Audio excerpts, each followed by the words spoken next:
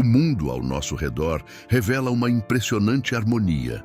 Desde a beleza das flores até o brilho das estrelas, desde a complexidade do corpo humano até a precisão com que os pássaros constroem seus ninhos. Tudo isso aponta para um Criador. Antes de começarmos essa incrível jornada pela criação do mundo, quero te fazer um convite especial. Se você ama aprender mais sobre a Palavra de Deus e deseja fortalecer sua fé, já deixe seu like neste vídeo. Isso ajuda essa mensagem a alcançar mais pessoas. Aproveite também para se inscrever no canal e ativar o sininho das notificações. Assim você não perde nenhum conteúdo que edifica a sua vida. E claro, compartilhe este vídeo com seus amigos e familiares para que mais pessoas conheçam essa história maravilhosa. Agora, prepare seu coração e venha comigo descobrir como tudo começou. Seria possível que tamanha organização surgisse do acaso? A ciência busca explicar a origem do universo e da vida. Mas há perguntas que só podem ser respondidas por algo além do que vemos. A Bíblia nos dá essa resposta com clareza. No princípio, criou Deus os céus e a terra. Essa declaração, registrada no primeiro versículo da Escritura, estabelece um fundamento inquestionável. O universo não surgiu por acidente, mas foi criado por um Deus pessoal, poderoso e sábio. No princípio, tudo estava sem forma e vazio, coberto por trevas. Mas o Espírito de Deus pairava sobre as águas. Essa imagem poderosa nos mostra que Deus já estava ali, pronto para trazer ordem ao caos. Ele não criou um mundo desorganizado, mas um lugar planejado para a vida. Então, Deus falou, e ao som de sua voz, tudo começou a existir. O salmista expressa essa verdade no Salmo capítulo 33, versículos 6 e 9. Pela palavra do Senhor foram feitos os céus, e todo o exército deles pelo sopro da sua boca. Pois ele falou, e tudo se fez. Ele ordenou, e tudo passou a existir. A criação não foi um processo demorado, mas um ato instantâneo do poder divino. A narrativa de Gênesis nos apresenta a sequência da criação. No primeiro dia, Deus ordenou, haja luz, e a luz surgiu dissipando as trevas. A luz não era apenas física, mas também simbolizava a presença e a ordem divina. No segundo dia, Deus separou as águas e criou a expansão que chamou de céus. Ele organizou o mundo para que fosse habitável, preparando-o para as próximas fases da criação. No terceiro dia, Deus reuniu as águas e fez aparecer a terra seca. Então, ordenou que a terra produzisse relva, ervas e árvores frutíferas, cada uma segundo a sua espécie. A vegetação começou a crescer, já completamente desenvolvida, pronta para cumprir seu papel na criação. No quarto dia, Deus criou os luminares, o sol para governar o dia, a lua para governar a noite e as estrelas para iluminar os céus. Eles não apenas trouxeram luz ao mundo, mas também marcaram os tempos, as estações e os anos. A criação do sol, da lua e das estrelas revela que Deus tem domínio sobre o tempo e sobre tudo que existe. No quinto dia, Deus criou a vida nos mares e no ar. Os peixes começaram a encher os oceanos e os pássaros passaram a voar pelos céus. Cada criatura foi feita de acordo com sua espécie, demonstrando a organização e a sabedoria do Criador. No sexto dia, Deus trouxe à existência os animais terrestres, os domésticos, os selvagens e os répteis. Cada ser vivo foi feito com um propósito específico, contribuindo para o equilíbrio do ambiente. E então chegou o momento mais especial da criação. Deus formou o homem à sua imagem e semelhança. Esse detalhe muda tudo. Enquanto todas as outras criaturas foram criadas apenas pelo seu comando, o ser humano foi formado pelas mãos de Deus. Como está escrito em Gênesis capítulo 2, versículo 7. Então o Senhor Deus formou o homem do pó da terra e soprou em suas narinas o fôlego da vida, e o homem se tornou alma vivente. O homem não foi apenas moldado fisicamente, mas recebeu algo único, o fôlego da vida vindo diretamente do Criador. A mulher também foi criada de forma especial. Deus fez Adão cair em sono profundo, tomou uma de suas costelas e, a partir dela, formou Eva, como registrado em Gênesis, capítulo 2, versículos 21 e 22. O Senhor Deus fez cair um sono pesado sobre o homem, e este adormeceu. Tomou uma das suas costelas e fechou o lugar com carne. E da costela que o Senhor Deus tomou do homem, fez uma mulher e a trouxe para ele. A criação do homem e da mulher demonstra a intenção de Deus de formar um relacionamento íntimo com sua criação. Eles não foram feitos para viver sozinhos, mas para se relacionarem entre si e com Deus. Diferente dos animais, os seres humanos foram criados com consciência, moralidade e a capacidade de escolher entre o bem e o mal. Após completar sua obra, Deus viu tudo o que havia feito e declarou que era muito bom. Cada detalhe da criação refletia sua perfeição e sabedoria. O mundo foi criado sem dor, sem sofrimento, sem pecado.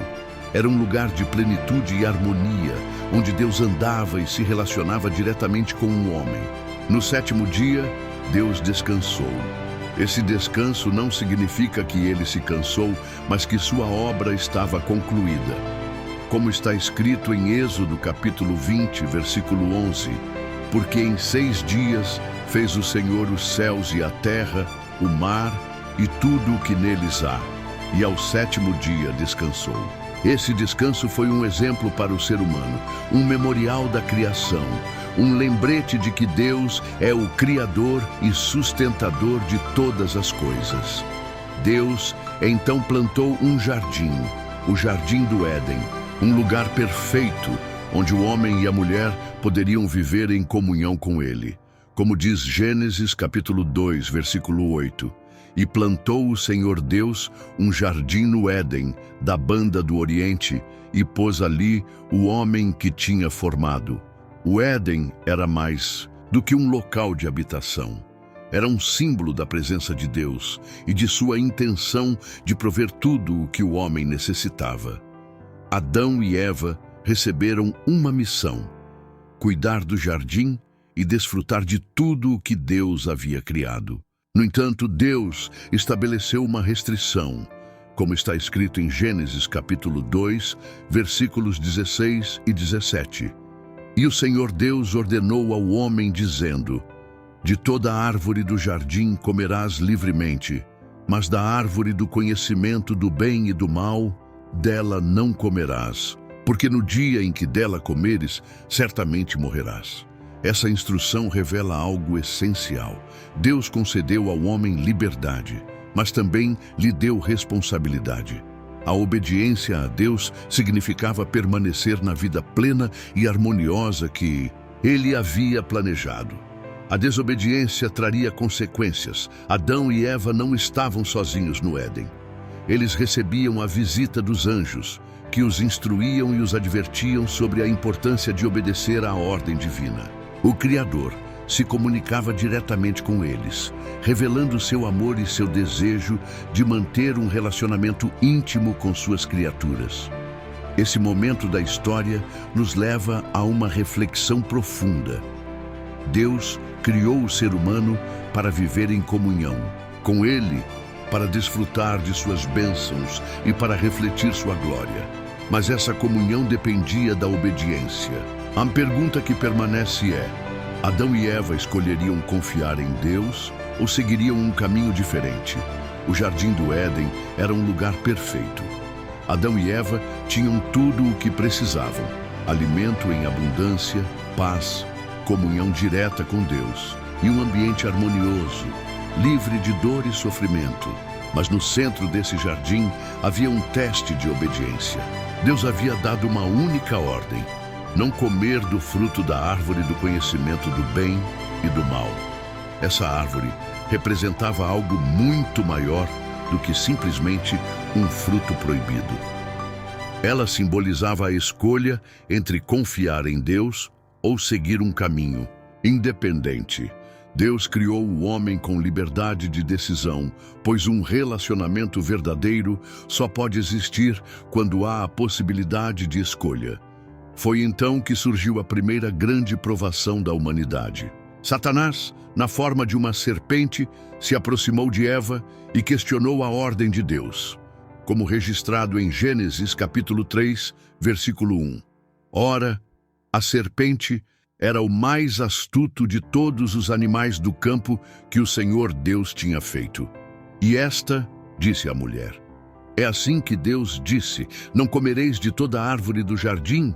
O inimigo usou a dúvida para plantar a desconfiança no coração de Eva.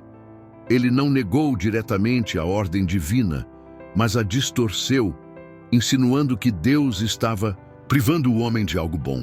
Eva respondeu, explicando que poderiam comer do fruto de todas as árvores, exceto daquela, pois, se comessem, certamente morreriam. Mas a serpente replicou com uma mentira sutil, como está em Gênesis, capítulo 3, versículos 4 e 5. Certamente não morrereis, porque Deus sabe que no dia em que dele comerdes, se abrirão os vossos olhos e sereis como Deus, conhecendo o bem e o mal. Essa promessa falsa despertou um desejo perigoso. Eva olhou para o fruto, viu que era agradável e desejável para dar entendimento. A partir desse momento, ela não apenas duvidou da palavra de Deus, mas decidiu confiar em sua própria percepção. Ela tomou do fruto e comeu. E não apenas isso, deu também a Adão, e ele comeu. Nesse instante, algo mudou, como está escrito em Gênesis, capítulo 3, versículo 7. Então foram abertos os olhos de ambos e conheceram que estavam nus. Pela primeira vez, sentiram vergonha. A inocência havia sido perdida. O pecado entrou no mundo. Adão e Eva tentaram esconder sua nudez, costurando folhas de figueira para cobrir-se. Mas o problema não era físico, era espiritual. Eles haviam rompido sua comunhão com Deus. Então, ouviram a voz do Senhor no jardim e, em vez de correrem para ele, se esconderam. Deus os chamou. Onde estás? Essa pergunta não foi porque ele desconhecia o paradeiro deles, mas porque desejava que reconhecessem seu erro. Adão respondeu com temor, confessando que estava nu e se escondeu. Deus então perguntou, comeste da árvore de que te ordenei que não comesses? Ao invés de assumir sua responsabilidade, Adão culpou Eva. E Eva, por sua vez, culpou a serpente. O pecado não apenas rompeu a relação com Deus, mas também gerou divisão entre o próprio casal. As consequências foram imediatas. Deus declarou a maldição que recairia sobre a serpente, a mulher e o homem. Como está escrito em Gênesis capítulo 3, versículo 19. No suor do teu rosto comerás o teu pão, até que tornes a terra, porque dela foste tomado. Porquanto és pó, e ao pó tornarás. A terra, antes um lugar de abundância e harmonia, passaria a produzir espinhos e cardos. O trabalho, que antes era prazeroso, agora seria árduo. A mulher enfrentaria dores no parto.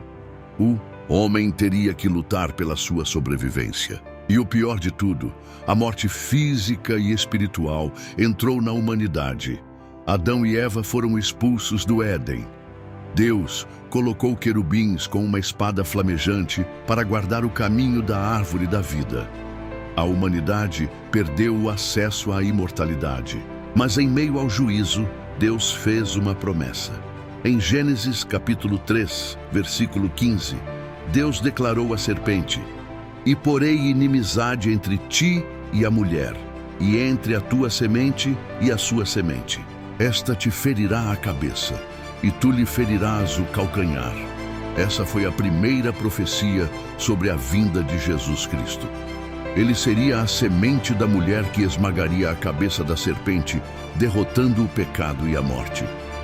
Mesmo diante do pecado, Deus demonstrou misericórdia. Ele fez vestes de pele para Adão e Eva, cobrindo sua nudez. Esse ato simbolizou o primeiro sacrifício, apontando para o sacrifício de Cristo, que viria séculos depois para cobrir a vergonha do pecado com seu próprio sangue. A história da criação e da queda nos ensina verdades profundas. Primeiro fomos criados para viver em comunhão com Deus. Tudo o que Ele fez foi por amor. Mas ao escolhermos desobedecê-lo, quebramos essa comunhão. Segundo, o pecado traz consequências. A desobediência não afeta apenas quem peca, mas também o mundo ao seu redor. A dor, o sofrimento e a morte não estavam no plano original de Deus, mas foram resultado da escolha errada da humanidade. Terceiro, Deus nunca nos abandona. Mesmo após a queda, Ele preparou um plano de redenção. Desde o início, já havia uma promessa de salvação. Hoje, vivemos em um mundo marcado pelo pecado, mas ainda podemos escolher entre seguir a vontade de Deus ou confiar em nossos próprios caminhos. Essa escolha determinará nosso destino eterno e, um dia, Deus restaurará todas as coisas. Como está escrito em Apocalipse capítulo 21, versículo 4. E Deus limpará de seus olhos toda lágrima, e não haverá mais morte, nem pranto, nem clamor, nem dor, porque já as primeiras coisas são passadas. O fim da história da criação não é o pecado e a queda, mas a redenção e a restauração. Deus nos convida a voltar para Ele, a confiar em seu plano e a viver de acordo com sua vontade. Pois aquele que criou os céus e a terra tem um propósito para cada um de nós. A criação nos lembra de algo poderoso. Não somos fruto do acaso, mas obra das mãos de um Deus amoroso que planejou cada detalhe do universo e nos deu um propósito. Mesmo após a queda, Ele não nos abandonou. Pelo contrário, preparou um caminho de redenção para nos restaurar à sua presença. Se essa mensagem tocou o seu coração, não saia sem deixar seu like. Isso ajuda essa palavra a alcançar mais pessoas. Escreva nos comentários. O que mais te impacta na história da criação? Vou adorar saber sua opinião. E não se esqueça de se inscrever no canal e ativar o sininho para continuar recebendo conteúdos que fortalecem a sua fé. Que Deus te abençoe e até o próximo vídeo. Se inspirou com o conteúdo, veja na descrição itens especiais que vão edificar sua vida e renovar sua fé. Não perca!